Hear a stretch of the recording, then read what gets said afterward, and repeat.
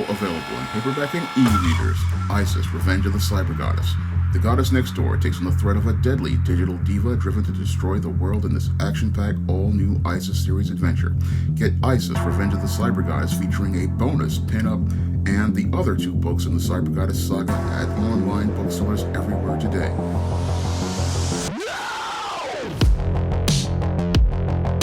Better get the coleslaw, y'all, because we're having us a barbecue. Kathleen Kennedy has decided to step down as the head of Lucasfilm. Now, Lucasfilm is the movie studio that was behind Star Wars that was owned by George Lucas, and that movie studio was revolutionary in the 1980s because it allowed George Lucas to own the entire Star Wars brand and build wealth on it.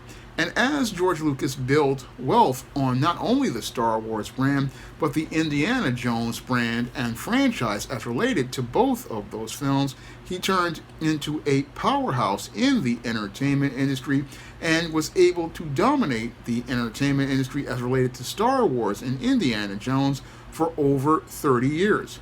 Now, George Lucas finally decided to sell Lucasfilm in the 20-teens for $4 billion to Disney as when Bob Iger was in charge, and Bob Iger's plan at the time was to turn Lucasfilm into a profitable brand for Disney to appeal to boys. Now, before Disney bought Lucasfilm, it primarily made its money on 2 demographics. One was small children with its Mickey Mouse brand, and they made a lot of money primarily on girls with their Disney princesses, and also made money on girls with many of their sitcoms like Hannah Montana, The Sweet Life of Zack and Cody, and many other shows that they made at the time of the early 2000s. And again, Disney was a very dominant brand as related to, again, girls. However, Disney could not really capitalize on the male audience, and because Bob Iger didn't know how to appeal to the male audience like Michael Eisner did with shows like Gargoyles and other types of shows, because Gargoyles really was one of Disney's most successful lines for boys, but they really didn't push it very hard. No, really didn't push it very hard. And that was a mistake that they made, because when it comes down to boys really want action-oriented animation, but they didn't go in that direction.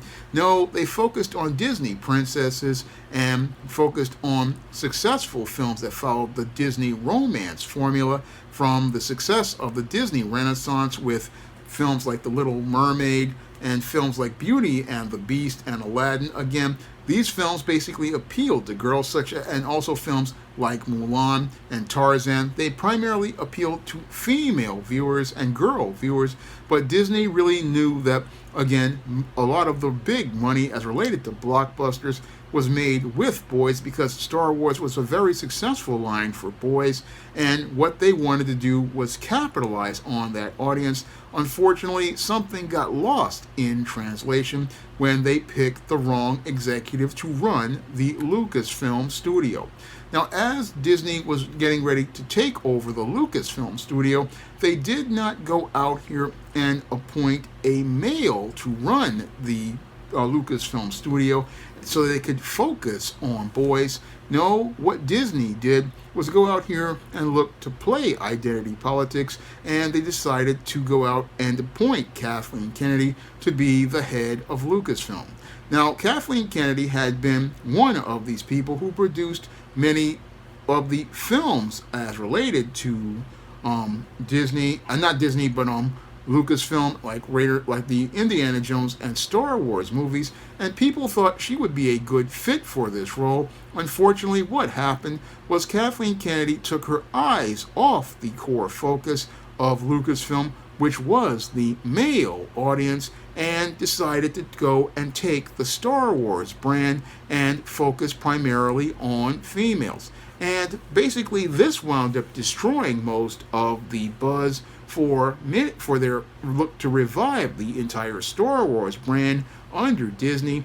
Now, Disney had plans to do a sequel trilogy, and as they had this plan to do a sequel trilogy, where they looked to again continue the story of Luke Skywalker. Again, the Star Wars saga is supposed to revolve around Luke Skywalker and the Skywalker family. Episodes 1, 2, and 3 were about Anakin Skywalker and his transformation into Darth Vader.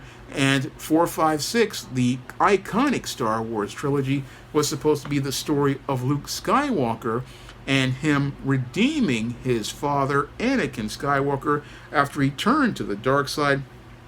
And we were supposed to get episodes 7, 8, and 9. This was all part of George Lucas's original plan, because when George Lucas originally created Star Wars, his plan was to create a series of serialized movies similar to the serials of the 1930s and the 1940s. And what he wanted to do with Star Wars was do a space opera as related to these episodes, and they were supposed to follow the Skywalker family.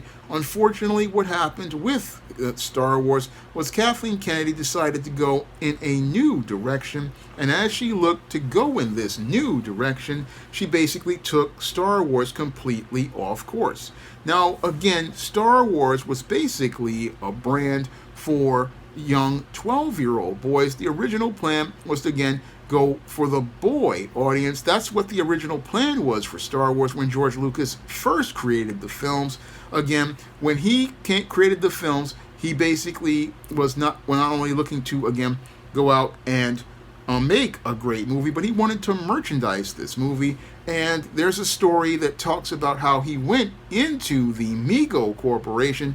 Now, Mego in the 1970s was considered to be the biggest toy company at the time, and he came to them with Star Wars and wanted to sell them the license, but Mego didn't want the Star Wars license. They thought it was nothing, and as a result, what happened was he went down the hall to Kenner Corporation, a small toy company, and offered them the Star Wars license. And after offering them the Star Wars license, because he owned the merchandising, basically George Lucas became a millionaire just based on the merchandising alone, because Star Wars was not only a hit, it was a cultural phenomenon.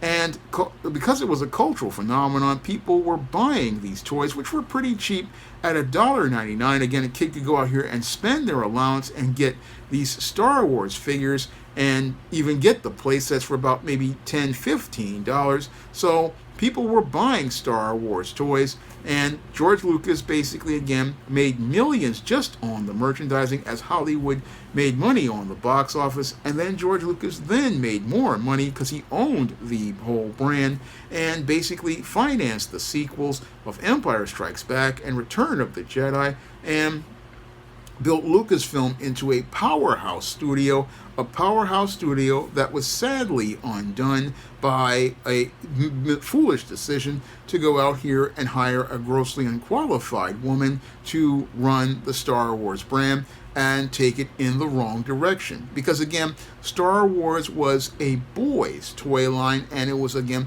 targeted to boys, but because Disney's whole strength was, again, the female audience, and Kathleen Kennedy wanted to, again, expand the Star Wars universe and look to reach a new demographic, again, the quote-unquote modern audience that many of the YouTube grifters talk about.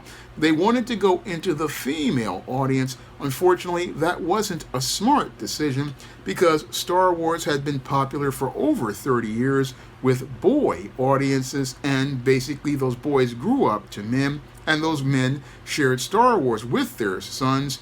And when episode 1 came out, and as we went from episodes 1 to 3, their grandsons and their sons basically wanted to go see this third trilogy, and they were anticipating seeing this third trilogy, but they wound up deeply disappointed, because Kathleen Kennedy went out here looking to push her feminist identity politics, and as she looked to push her feminist identity politics, she created a self-insert character, Rey, who would become the new lead character of Star Wars, taking us completely off the road of Luke Skywalker. And the sad part about that was, was she basically ignored all of the lore of the expanded universe. Now, over the last 30 years, there have been numerous Star Wars novels written in the expanded universe, and these books that were written to be a part of the expanded universe basically stayed true to the Star Wars lore, and people really wanted to see the whole expanded universe. They wanted to see characters like Luke's wife, Mara Jade Skywalker. They wanted to see Admiral Thrawn, who was a big villain, and they wanted to see things like the Clone Emperor. Again, people wanted these parts to be a part of the new saga, and they wanted to see the development of a new republic, and they wanted to see old favorite characters like Han Solo basically grow even further, possibly becoming, again, in a leadership role like Mon Mothma, who was the head of the rebellion, and see him again be with Princess Leia. Unfortunately, what happened was that Kathleen Kennedy came in and looked to try to make a male-oriented franchise into something female-oriented, and wanted to make it focus on quote-unquote girl power and feminist narratives that run diametrically opposed to what Disney was originally looking to do. Again, what Disney was looking to do with Star Wars was looking to reach the male audience and was looking to reach boys. They were looking to reach mostly the boy audience and continue to build on a male audience and reach a new audience of males with a Disney franchise like they did try to do with Gargoyles. But unfortunately, what Kathleen Kennedy wanted to do was take this male-oriented franchise and turn it female and make the character of Rey be the lead and the head of this franchise and make the whole story about her. Now, the way she looked to do this was extremely disjointed because the trailers basically show for The Force Awakens made many people think that Finn, a black janitor who was a stormtrooper, was going to be the lead character, and many people were actually excited to see Finn be this character because the whole idea of a stormtrooper going on the road to being a Jedi, it was a really interesting concept. But Kathleen Kennedy made this a red herring and basically turned Finn into a bumbling, stumbling character and made him into a complete clown, which ran diametrically opposed to the trailers, which showed him with the lightsaber. And again, some fans basically lost their minds when they saw this black man being the hero, and one person basically possibly took their own life, according to some reports. And again, the whole group of fandom were completely turned off. Now, they did go see the movie, and again, it did make $1 billion, but it left a sour taste in people's mouths when Rey was made the lead.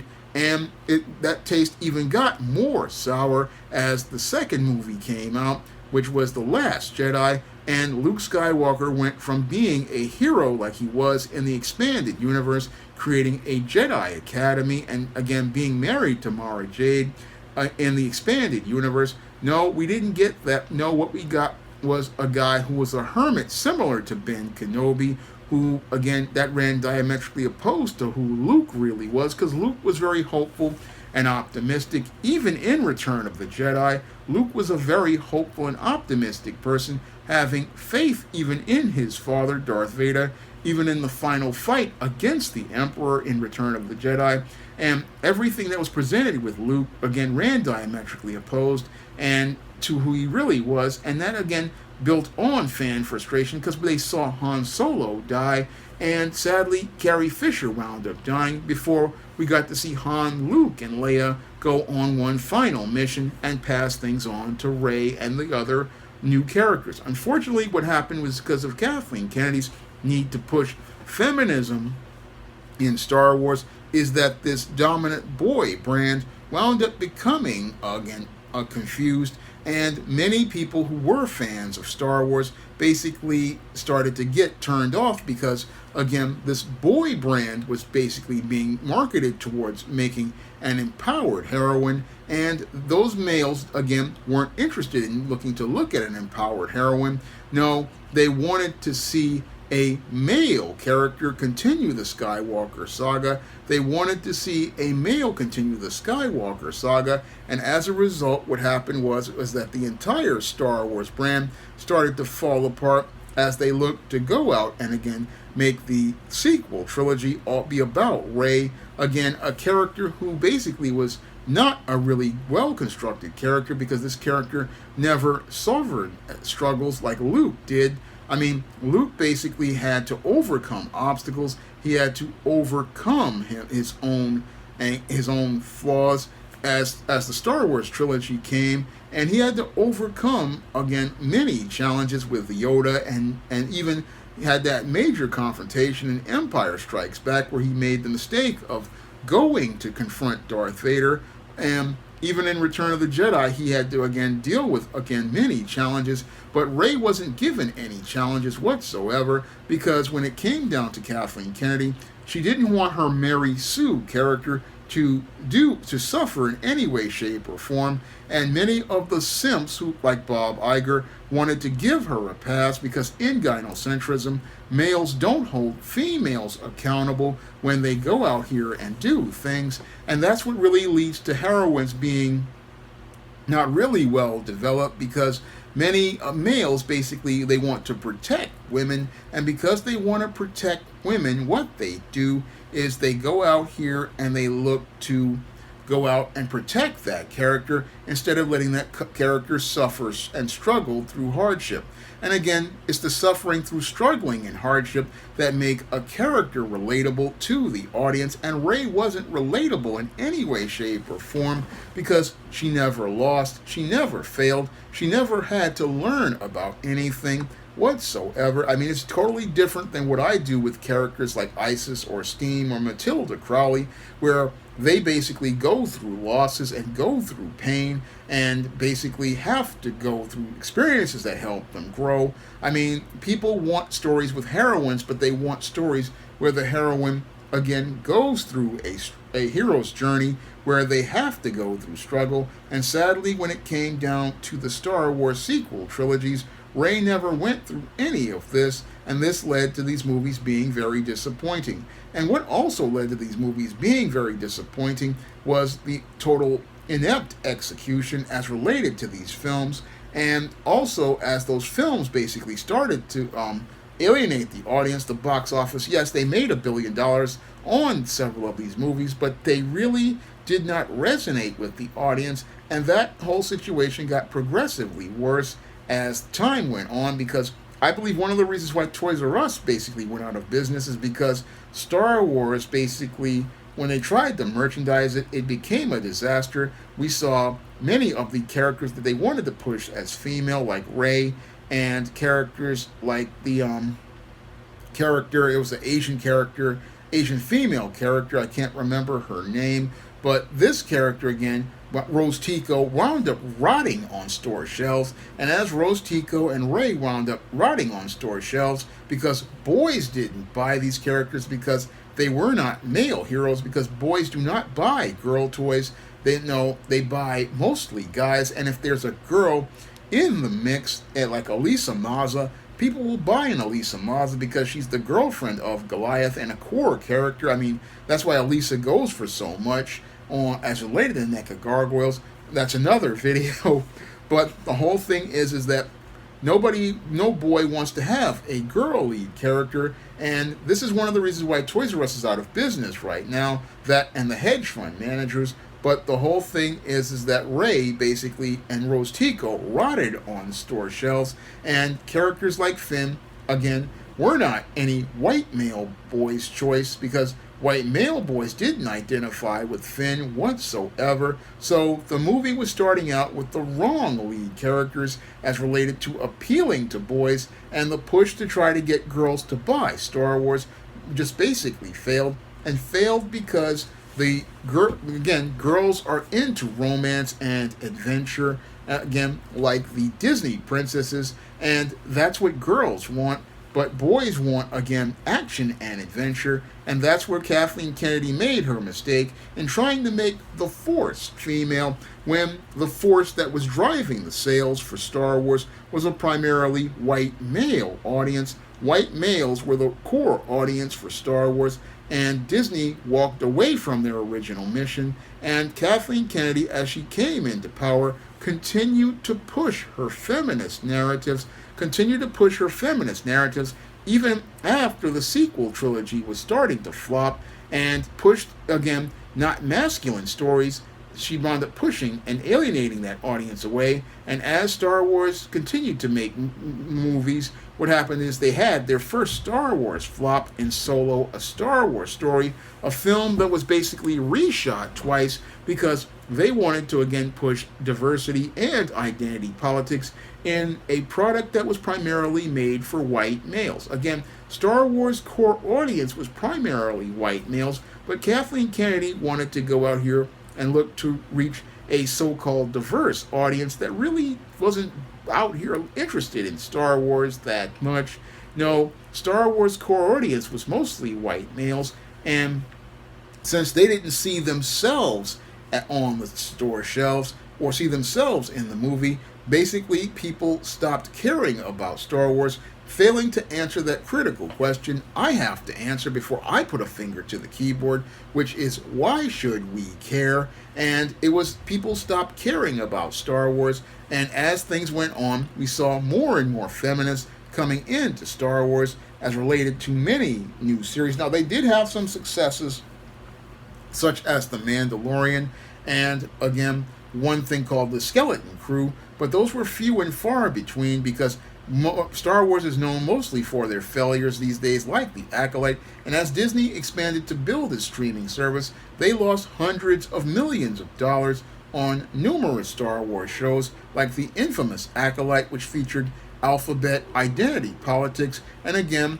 this was something that was not optically a good look for, again, the Lucasfilm business, because, again, the business was based primarily around boys and white males. And here we had them, again, not only pushing identity politics, but pushing identity politics as related to sex. And when you go out here and do this to a primarily conservative audience, they wind up becoming alienated because most Americans don't want to talk about sex, especially as related to a children's brand like Star Wars. And that's the core reason why The Acolyte was a huge flop, not to mention the identity politics, not to mention all the identity politics as related to things that what people thought were ridiculous, like lesbian witches. Again, all of this wound up turning off the core audience of Star Wars fans, and many people were calling for Kathleen Kennedy to quit, but sadly Kathleen Kennedy wound up staying at Lucasfilm, and wound up staying at Lucasfilm until the end of the around now. She basically, again, stayed there until Disney started to realize that, again, the world was starting to change after the 2024 election. Now, after the 2024 election, that's where many in Hollywood realized that their stance as related to things was completely not what the audience wanted. And I believe that's one of the reasons why Kathleen Kennedy is stepping down from Lucasfilm, is because she realizes that, again, she basically cannot continue on with her stance and can't continue on with her position because she's basically wound up, again, damaging the Star Wars brand. She's wound up alienating the core audience for Star Wars, and now that everything is in bad shape, what she wants to do is what many females do when they get into a position of power. They go out here and, as I call it, wreck stuff. And after they wreck stuff, what they do is look to leave. And as they look to leave, it basically leaves that business in a bad place. And what is happening now is that Kathleen Kennedy, yes, she's stepping down, but as she gets her retirement at 72 years old, basically what's happening now is that this billion-dollar brand of Star Wars is now worth less than food stamps. Again, this was a brand that made George Lucas a millionaire because George Lucas knew that it was primarily a boy brand, he knew it was primarily a boy brand, but the whole thing is Kathleen Kennedy, who they thought they could trust, basically these simps who were running Disney, like Bob Iger and many others, basically thought, hey, we can put this woman in place and she'll be able to do the job as related to things. This was their gynocentric frame of thinking, and sadly what happened is this woman wanted to push feminism and identity politics into a boy brand, and now that brand is completely damaged. And with this brand completely damaged beyond repair, she's basically leaving and going out with a golden parachute to retire in her golden years. And sadly, Disney is the one left holding the bag with a series of failed movies and a completely imploded franchise. The entire Star Wars brand is completely damaged beyond repair because Kathleen Kennedy didn't understand the business, didn't understand that when it came down to Star Wars, its core business was basically boys. Same thing with Indiana Jones, which was also ruined due to Kathleen Kennedy. Again, trying to turn a boy brand into a girl brand. And what's sad is that Bob Iger still has his job because, again, his plan was to originally buy, again, Lucasfilm and Marvel to appeal to the male audience. And instead of looking to appeal to the male audience, they wound up trying to turn it into a female brand and trying to reach female audiences. And that's the thing that has me shaking my head because, again, this runs diametrically opposed to their original plan. Original plan was to go out here and, again, reach the boy audience that Disney says that would have made them, again, strong, because that's what Disney was doing in the 90s with shows like Gargoyles. Gargoyles was a very good start to, again, reaching a boy audience, and I basically, again, wanted to buy those toys in the 90s, and I wound up buying the NECA versions because Gargoyles was a show that had a major influence on me as a young man. I mean, that's where I first saw Sally Richardson, again, and Keith David, and both of those actors and their performances inspired characters like Esteem and Lucifer in the John Haynes series. And I looked at Gargoyles, again, as a show that the storytelling influenced my style of writing. I mean, I told the guy, Greg Weisman, even on Twitter, hey, your stuff has a major influence on John Haynes and ISIS and all the stuff that I write. Again, Greg Weisman was the right guy to be working at Disney, and he did a great job in creating a boy brand for Disney, but sadly, Disney didn't want anything to do with Greg Weisman. Again, a guy who would have been the right choice, I believe, for Lucasfilm. Sadly, Greg Weisman is not a guy they chose, and they thought, Greg Weisman would have been the right guy because he really knows his stuff. He knows how to make good, solid stories. I mean, his Gargoyles comics and Dynamite are pretty good, and the whole thing is that Kathleen Kennedy basically destroyed Star Wars, and now that she's wrecked it, now that she's destroyed it, now she's going out again with these golden parachutes because the simps like Bob Iger and many others at Disney don't have the backbones or the stones to hold her accountable, don't have the backbone or the stones that many in fandom have had, as they have been calling her accountable as related to destroying this brand as related and getting off track as related to the mission. Again, I'll repeat it once more. Disney's original mission for Star Wars was to reach the boy audience. Disney's original mission for Marvel was to reach the boy audience, but they wound up getting taken off track because they wanted to play to Disney's strengths, which were to girls. But girls aren't into superheroes. Girls aren't into fantasy like Star Wars. No, if you want to do that type of stuff, you have to do new stuff like Monster High or K-pop Demon Hunters, or over here at SJS Direct, you create characters like Isis and Esteem, stories that basically are designed to be appealing to girls and the things that are strong to girls in some cases. Now, boys do buy Isis and Esteem books, and it's very interesting to me. They'll buy Isis and Esteem books because, again, I often put attractive women in the books, and I have them, again, working with the men, and again, that's core to the story, because that was another thing that messed up Kathleen Kennedy. She wanted to asexualize women or masculinize women, and women don't want to be asexualized or masculinized. No, they like Princess Leia because she was strong, but she was also feminine, and they liked the fact that she was a princess.